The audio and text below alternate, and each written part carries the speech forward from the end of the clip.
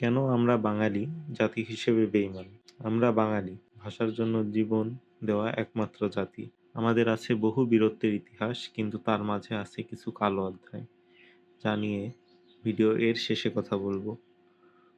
তবুও আজ আমাদের নিজেদেরই প্রশ্ন করতে হয়, আমরা কি এই সমাজে সৎ হিসেবে থাকতে পারছি? এই ভিডিও কারো গায়ে দোষ চাপানোর জন্য নয়, এই ভিডিও কাউকে ছোট করার জন্য নয়, এই ভিডিওটা একটা কঠিন কিন্তু জরুরি আত্মসমালোচনা। কারণ ইতিহাস বলে, যে জাতি নিজেকে প্রশ্ন করতে শেখে না, সে জাতি ধীরে ধীরে নিজের ভিতরেই ভেঙে পড়ে। বেঈমান শব্দটা আসলে কি?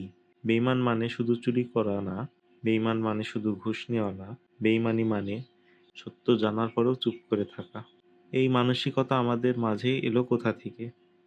ইতিহাসের আলোয় বাঙালি সমাজ।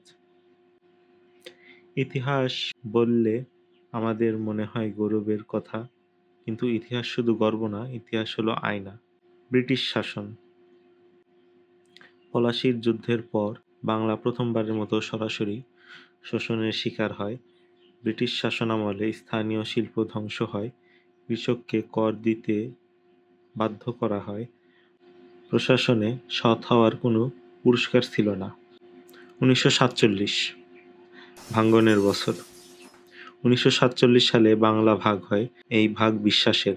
কোটি কোটি মানুষ রাতারাতি শরণার্থী হয়ে যায়, ভাই ভাইয়ের থেকে আলাদা হয়ে যায়, মানুষ শিখে যায় আজ আছে কাল নেই। এই মানসিকতা সমাজের গভীর দাগ কাটে। যখন ভবিষ্যৎ অনিশ্চিত হয়, তখন নৈতিকতা বিলাসিতা হয়ে দাঁড়ায়। এটা কোনো অজুহাত না, এটা ঐতিহাসিক বাস্তবতা। স্বাধীনতা পেলাম, কিন্তু মানসিকতা? বাংলাদেশ স্বাধীন হলো 1971 সালে, কিন্তু প্রশ্ন থেকে গেল, আমাদের সামাজিক চর্চা কি বদলালো? আমরা শিক্ষা বাড়ালাম, কিন্তু নৈতিক শিক্ষাকে গুরুত্ব দিলাম না। আমরা ডিগ্রি বানালাম, কিন্তু দায়িত্ববোধ শিখালাম না। মানুষ শিক্ষিত, কিন্তু সমাজ অসুস্থ। সবাই করছে, এই ভয়ঙ্কর মানসিকতা। আমি না করলে অন্য কেউ করবে, এই কথাটার ভিতরেই লুকিয়ে আছে সমাজ ধ্বংসের বীজ। যখন আমরা ভাবি আমি একা সৎ হয়ে কি করব, সবাই তো বেঈমান, তখন আমরা নিজের বিবেকের দায়িত্বটা অন্যের ঘাড়ের উপর চাপিয়ে দিই। কালো অধ্যায়। ভিডিও এর শুরুতে বলেছিলাম না, কালো অধ্যায় নিয়ে কথা বলবো। 1757 সালে খালি বাংলার শিল্প ধস হয়নি, ধস হয়েছিল চরিত্রেরও। 1757 সালে ইউরোপীয় সৈনিক ছিল মাত্র 3000। ভারতীয় সহ অন্যান্য সহায়ক মিলে ব্রিটিশের কাছে সৈনিক ছিল 7 থেকে 10,000। আর নবাব সিরাজউদ্দৌলার সৈনিক ছিল তার থেকে বহুগুণ বেশি। পরাজয়ের কারণটা হলো বিশ্বাসঘাতকতা। মীর জাফরের বিশ্বাসঘাতকতার কারণে বাংলার শেষ নবাবের পতন হলো। রবার্ট ক্লাইভ নবাবের বিচারের দিনের বর্ণনা দিতে গিয়ে বলেন, নবাবের বিচারের দিন ওখানে এত বাঙালি উপস্থিত ছিল যে তারা যদি একটি করে নুড়ি পাথর মারত, তাহলে আমাদের অস্তিত্ব থাকতো না। আমরা কি আলাদা?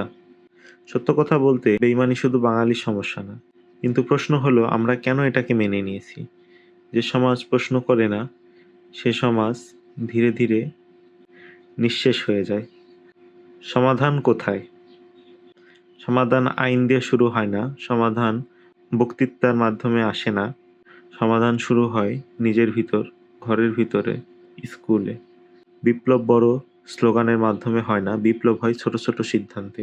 আমরা যদি সত্যিই গর্ব করতে চাই ভাষা নিয়ে, ইতিহাস নিয়ে, সংস্কৃতি নিয়ে, তাহলে আগে নিজেদের সৎ হতে হবে।